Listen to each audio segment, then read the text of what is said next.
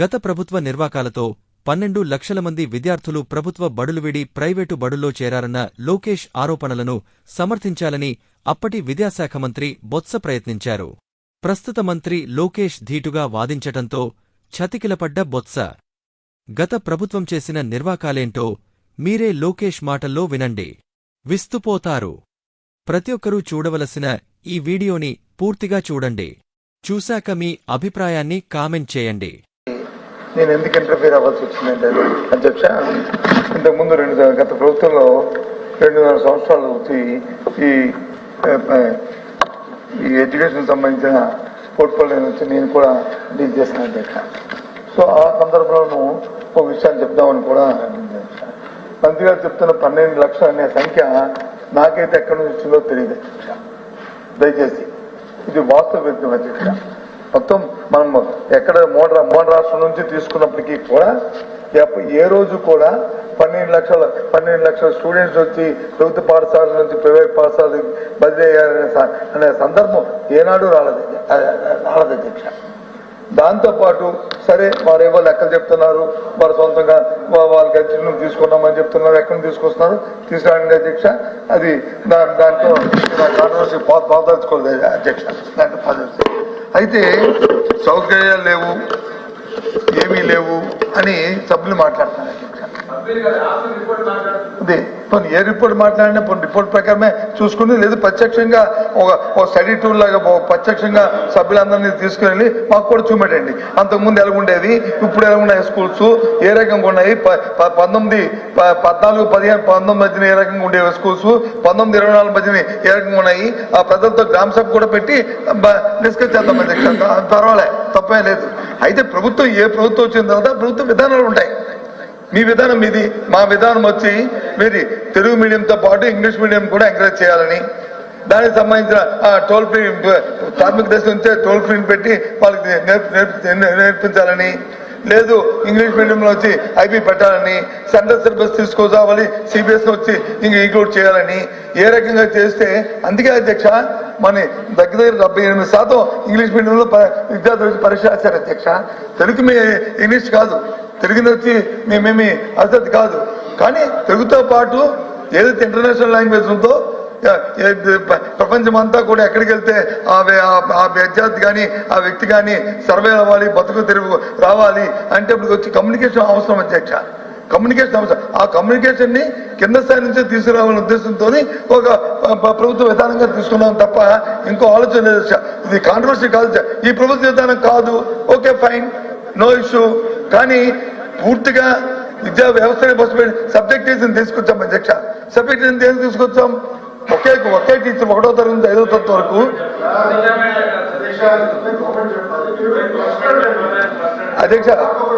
అధ్యక్ష నన్ను కూర్చోమంటే అధ్యక్ష నన్ను కూర్చోమంటే నేను కూర్చుంటాను, నాకే అభ్యంతరం లేదు. కానీ మంత్రి గారు వచ్చి నేను మాట్లాడినప్పుడు నేను కూర్చుంటాను, నాకు అభ్యంతరం, ఈ నిమిషం కూర్చోబోతాను. కానీ ప్రశ్న కాదు, వివరణ ఏంటో మాట అధ్యక్ష నేను ముందు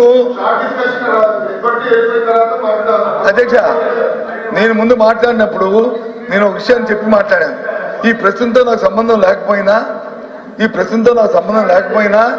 నేను గత 2.5 సంవత్సరాలు ఈ అంశాన్ని, ఈ ఎడ్యుకేషన్ డిపార్ట్మెంట్ దీన్ని నేను డీల్ చేశాను కాబట్టి, నేను ఒక మంత్రిగా ఉన్నాను కాబట్టి నేను దీని గురించి మాట్లాడే ప్రయత్నం చేస్తానని చెప్పాను. వద్దు అంటే నేను కూర్చోబోయే శిక్ష మంత్రి గారు సమాధానం చెప్పి క్లోజ్ చెప్పిన శిక్ష నాకే అభ్యంతరం. మీకు ఏ వివరణ కావాలండి? నేను కొంచెం కాదు,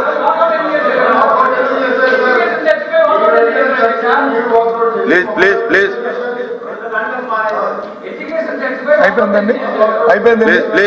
అయిపోయిందండి చెప్పండి. ఆ రోజు క్రిస్టల్ క్లారిటీగా చెప్పాం, రేపు ఉదయం దీని మీద సబ్జెక్ట్ ని 2 రోజులు ఇంకా సమావేశం ఉంది, దయచేసి పెట్టండి. ఈ రోజు ఇది కాదు, ఈ రోజు మా ప్రధానమైన సమస్య వచ్చి మీరు ఏదైతే విద్యార్థులు వాళ్ళకి పడుతున్న ఇబ్బందులు ఉన్నాయో, వాళ్ళు ఏదైతే మీరు ఇస్తారన్న నిరుద్యోగ వృత్తి ఉందో దాని మీద మా తాలూకా అటెండ్ మోస్ట్ ఇచ్చాం, దాని మీద చర్చ జరగాలని చెప్పి ఆ రోజు అడిగాం. ఆ రోజు దాని మీద చెప్పకుండా ఆ రోజు అంటే అధ్యక్ష అంతే. ఇప్పుడు పెట్టండి, రేపు పెట్టండి చర్చ, మళ్ళీ మాట్లాడదాం. అదో మా మంత్రి గారు మాట్లాడమని అధ్యక్ష మంత్రి గారు మాట్లాడ నా చిన్న సబ్మిషన్ సార్, తమరు నిర్ణయం తీసుకోవాల్సింది ఈ సభలో ఎప్పుడు ఏది చర్చ జరగాలి అని. ప్రతిపక్షంలో కూర్చున్నటువంటి వారు కాదు, ప్రభుత్వానికి మాకున్న విజ్ఞప్తులు మేము ముందు పెడతాం. సభలో చర్చ జరిగేదానికోసము మంత్రి గారు ప్రిపేర్ అయిపోయి 2.5 గంటలు దాని మీద చర్చ చేస్తే వారికి కన్వీనియంట్ గా లేదు, మేము కాఫీ తాగడానికి వెళ్ళాలి, వాకౌట్కి వెళ్ళాలి అని చెప్పి వాళ్ళు వెళ్ళిపోయి ఇవాళ వచ్చి ప్రశ్నోత్తరాల సమయంలో దాని మీద నేను చర్చ మాట్లాడతానంటే ఎట్లా సార్? ఇది తమరిని స్వయంగా ప్రశ్నించడం సార్, మమ్మల్ని కాదు. తమరు తీసుకున్న నిర్ణయాన్ని ఈ సభలో దీని మీద చర్చ జరుగుతుంది అని మీరు తీసుకున్న నిర్ణయాన్ని మాకు కుదరదు అని అంటే సంతోషం. కానీ మేము డిక్టేట్ చేస్తాం, మేము చెప్పినప్పుడు సభలో చర్చ పెట్టాలి, మేము చెప్పిన అంశమే మా టైం ప్రకారం రావాలి, ఈ ఆలోచన కరెక్ట్ కాదు సార్. ముందు దాని మీద ఆయన క్షమాపణ చెప్తే బెటర్ సార్. ఎందుకనంటే చైర్ నిర్ణయాన్ని వ్యతిరేకించే రకంగా, చైర్ నిర్ణయాన్ని ప్రశ్నించే రకంగా, చైర్నే తప్పు పట్టే రకంగా మాట్లాడడం అనేటువంటిది సరైన విధానం కాదు సార్. ప్లీజ్. మరి సీనియర్ సభ్యులు ఎక్కడికి వెళ్తున్నామో, ఏం మాట్లాడుతామో, ఏ సైకోఫాన్ గా మరి మాట్లాడుతున్నారు వారు నాకు అర్థం అవట్లేదు. క్షమాపణ చెప్పాలని అడుగుతున్నారు, క్షమాపణ చెప్పాలని అడుగుతున్నారు. ఏమిటో నాకు అర్థం, ఏంటో సైకోఫాన్ నాకు అర్థం అవట్లేదు. ఎందుకు ఆ తాపత్రయం అర్థం అవట్లేదు. దయచేసి నో ఇది కరెక్ట్ కదా. దయచేసి నేను తప్పు మాడితే నా రికార్డు నేను మాట్లాడే మాట తీసేయండి అధ్యక్ష, నాకు అభ్యంతరం లేదు. కానీ ఈ టైప్ ఆఫ్ ఈ విధంగా please please please please please. ఆయన క్షమాపణతో తొలగించమనండి, ఆయన క్షమాపణ తొలగించమనండి. ఏమనుకుంటున్నారు అధ్యక్ష? పైగా సైకో అని చెప్పి మాట్లాడతారు, సైకోలా మాట్లాడతారు, అది కరెక్ట్ కాదు అధ్యక్ష. సైకో అధ్యక్ష, నేను ముందే చెప్పాను, నేను మాట్లాడుతుంటే ఎందుకంటే నేను ఈ క్వశ్చన్లో నేను కాదు. దయచేసి నేను ఈ క్వశ్చన్లో నేను సిగ్నేచర్ కాదు.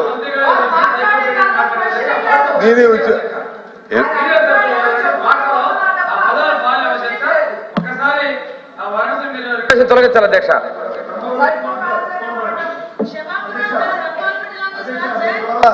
మీ ద్వారా కూర్చోమ్మా ఎందుకు సార్ ఉన్నారు కూర్చో, మీ మంత్రి గారు ఉన్నారు కదా కూర్చో.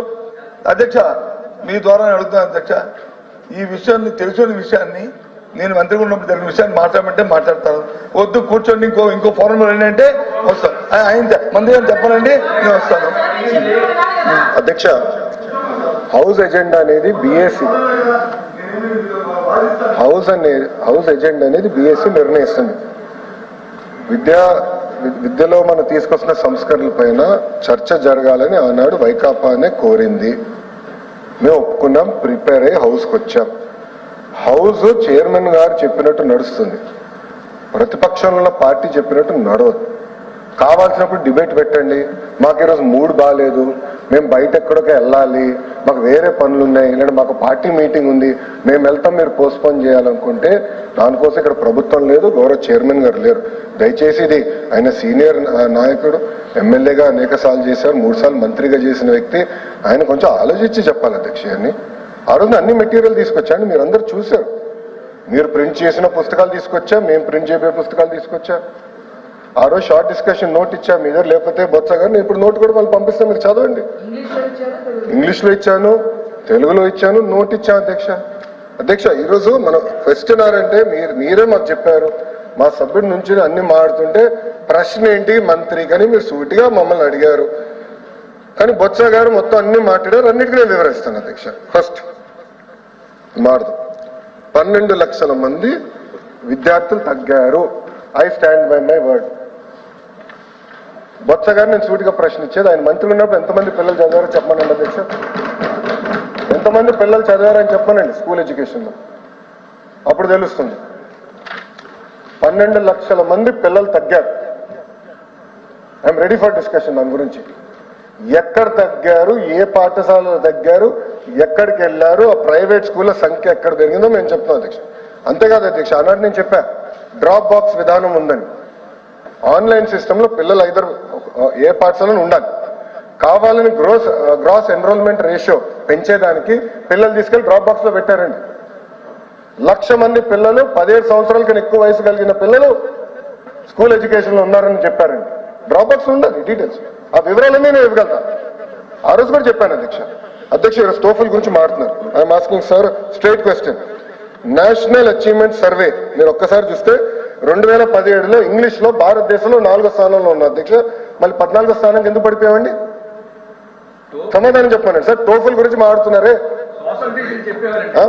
టోఫల్ గురించి మాట్లాడుతున్నారే, మళ్ళీ ఎందుకు పడిపోయాం సార్? సోషల్ సైన్స్ 6వ స్థానం నుంచి 10th క్లాస్ గురించి చెప్తున్నా అధ్యక్ష, 6వ స్థానం నుంచి 24వ స్థానానికి ఎట్లా పడిపోయాం అధ్యక్ష?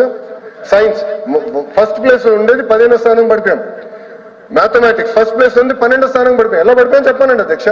గొప్పలు చెప్తున్నారు ఐబీ గురించి. ఐబీ మీరు ఏం చేశారండి?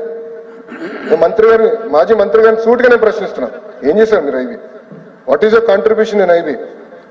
ఐబీ అధ్యక్ష ఒక రిపోర్ట్ కోసం, కేవలం ఒక రిపోర్ట్ కోసం, అంటే కన్సల్టింగ్ రిపోర్ట్ కోసం 4.86 కోట్ల రూపాయలు ఖర్చు పెట్టారు అధ్యక్ష. మళ్ళీ ఐబీ కరికులం మీరు అమలు చేస్తారని ఎట్లా చెప్తారు? మీరు ఏ స్కూల్ అమలు చేశారు సార్ మీరు ఐబీ? చెప్పండి సార్. ఏ స్కూల్, పలానా స్కూల్లో మేము ఐబీ తీసుకొచ్చాం అని చెప్పండి. ఒక్క స్కూల్లోనే చెప్పండి. ఒక రిపోర్ట్ కోసం మీరు 5 కోట్ల రూపాయలు ఖర్చు పెట్టారు.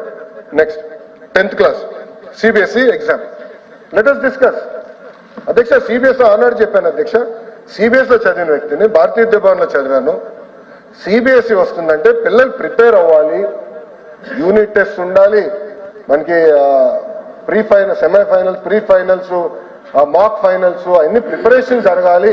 జరగకుండా ఏకంగా పిల్లలు నెత్తే ఇబ్బంది పడతారని చెప్పాను. నేను మంత్రి అయిన తర్వాత నేను స్టడీ చేశాను. మాక్ టెస్ట్ నిర్వహిస్తే 90% మంది పిల్లలు ఒక సబ్జెక్ట్ కన్నా మినిమం 1 సబ్జెక్ట్ లో ఫెయిల్ అయ్యారు అధ్యక్ష. 90% మంది పిల్లలు. ఉపాధ్యాయుల్ని మీరు ట్రైన్ చేయరు, పిల్లల్ని మీరు ప్రిపేర్ చేయరు, ఏకంగా తీసుకెళ్లి ఎగ్జామ్ రాయించండి అంటే పొరపాటున ఆడపిల్లలు ఫెయిల్ అవుతే ఊరిలో ఏమవుతుంది అధ్యక్ష? సోషల్ ఇష్యూస్ వస్తాయి. చిన్న వయసులో పెళ్లి చేస్తారు, అది మీకు తెలీదా? మళ్ళీ ఎందుకు ప్రిపేర్ చేయాలా మీరు వ్యవస్థని? ఎందుకు టీచర్ని ప్రిపేర్ చేయలేదు? అలాంటి టైంకి మీరు సిబిఎస్ఈ ఫార్మ్ ఆఫ్ ఎగ్జామ్ తీసుకురావాలంటే ముందల నుంచే ఎగ్జామినేషన్ ప్యాటర్న్, ఎస్ఎస్సి ప్యాటర్న్ మనం మార్చాలి. ఎందుకు చేయలేదని అడుగుతున్నాం. మేము ఆపలేదు అధ్యక్ష, I have postponed the decision. నేను నిర్ణయాన్ని వెనక్కి తీసుకెళ్ళాను, మీరు దయచేసి చదవండి. నేను ఎక్కడ నిర్ణయాన్ని వెనక్కి, I said postpone it for 3 years. పిల్లల్ని ప్రిపేర్ చేద్దాం, పోటీ తత్వంలో పిల్లల్ని జాగ్రత్తగా ప్రిపేర్ చేద్దాం. మోడల్ ఆఫ్ ఎగ్జామినేషన్ మార్చడాన్ని నెక్స్ట్ ఇయర్ నుంచి అది మేము అమలు చేస్తున్నాం. అది ఇంకో పక్కన అధ్యక్ష టోఫల్కి అధ్యక్ష 60 కోట్ల రూపాయలు ఖర్చు పెట్టారు అధ్యక్ష. మళ్ళీ ఎందుకండి ఇంగ్లీష్ అంత పడిపోయింది చెప్పండి. మీరు అడిగిన దానికే నేను సమాధానం చెప్తున్నా. ఎందుకు పడిందో గౌరవ సభ్యులు చెప్పాలి అధ్యక్ష. ఎట్లా అవుతాయి అధ్యక్ష? ఆ రోజు సుదీర్ఘంగా నేను చర్చించాను, అన్ని విషయాలు నేను మాట్లాడాను. ఆ రోజు రాకుండా ఈ రోజు వచ్చి మమ్మల్ని ప్రశ్నిస్తాం కరెక్ట్ కాదు. మాజీ మంత్రివర్యులు, మీకు తెలుసు హౌస్ రూల్స్, సిస్టమ్ మీకు తెలుసు. I'm ready for debate, I'm ready for discussion. నాటి ఎలాంటి డౌట్ నాకు లేదు, అన్ని వాస్తవాలు నేను మాట్లాడతా. 12 లక్షల మంది పిల్లలు తగ్గలేదని ఆయన అంటున్నారు. విత్ కంప్లీట్ ప్రూఫ్ నా దగ్గర ఉంది. అంటే అధ్యక్ష ఎంత దారుణమైన పరిస్థితుల్లో మాకు విద్యాశాఖ వచ్చిందంటే కనీసం ఎంతమంది పిల్లలు ఏ స్కూల్లో చదువుతున్నారో మా దగ్గర డేటా లేదు అధ్యక్ష. ఆయన 2 సంవత్సరాలు మంత్రిగా చేశారంటున్నారు, మరి ఎందుకండి డేటా లేదు? ఏ టీచర్ ఏ స్కూల్లో పాఠాలు చెప్తున్నారో డేటా లేదు, ఎందుకు లేదండి? ఆయన సమాధానం చెప్పాలి కదా. ఎలాంటి డేటా లేక ఈరోజు బేసిక్ డాష్ బోర్డ్స్ తయారు చేయలేకపోతున్నాం. నేను పంచాయతీరాజ్ గ్రామీణాభివృద్ధి శాఖ మంత్రిగా చేసినప్పుడు 6 నెలలు డాష్ బోర్డ్స్ చేశాం. చాలా ఈజీగా ఉండే, గ్రిప్ వచ్చింది నాకు సబ్జెక్ట్. ఈరోజు బేసిక్ డాష్ బోర్డ్స్ ఇప్పుడు తయారవుతున్నాయి. ఇంకో పక్కన గౌరవ సభ్యులు కూడా అడిగారు అధ్యక్ష, నేను 100కి 100% ఉపాధ్యాయులు కేవలం పాఠాలే చెప్పాలి. ఆ స్టాండ్ మేము తీసుకున్నాం సార్.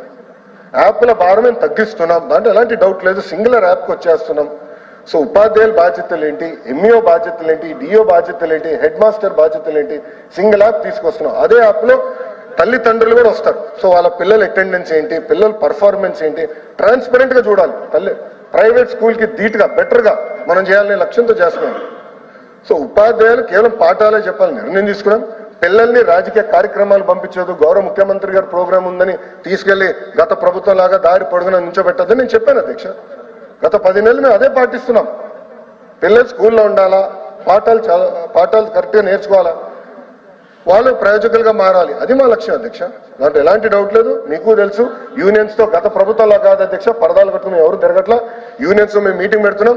ప్రతి ఫ్రైడే 11 to 2 కమిషనర్ గారు కూర్చుంటున్నారు, యూనియన్స్ ని కలుస్తున్నారు. వాళ్ళకి సమస్యలు ఉంటే అన్ని సమస్యలు ఎవరో తీర్చలేం, దేవుడు కూడా తీర్చలేడు. కానీ ఒక పాజిటివ్ ఎన్వైరన్మెంట్ మనం బిల్డప్ చేస్తున్నాం. నేను కూడా 5:30 గంటలు కూర్చున్నా అధ్యక్ష యూనియన్స్ తో. టీచర్ ట్రాన్స్ఫర్ యాక్ట్ ఎన్ని సంస్కరణలు తీసుకురాగలుగుతున్నాం అంటే ఉపాధ్యాయులు సహకరించారు కనుక నేను తీసుకురాగలుగుతున్నా. ఇవన్నీ చాలా డీటెయిల్ గా డిస్కస్ చేసి చేస్తున్నాం అధ్యక్ష. అధ్యక్ష ఇంకో విషయం అధ్యక్ష, ఈరోజు మీరు చూస్తే సింగిల్ టీచర్ స్కూల్ గురించి గౌరవ సభ్యులు మాట్లాడారు అధ్యక్ష.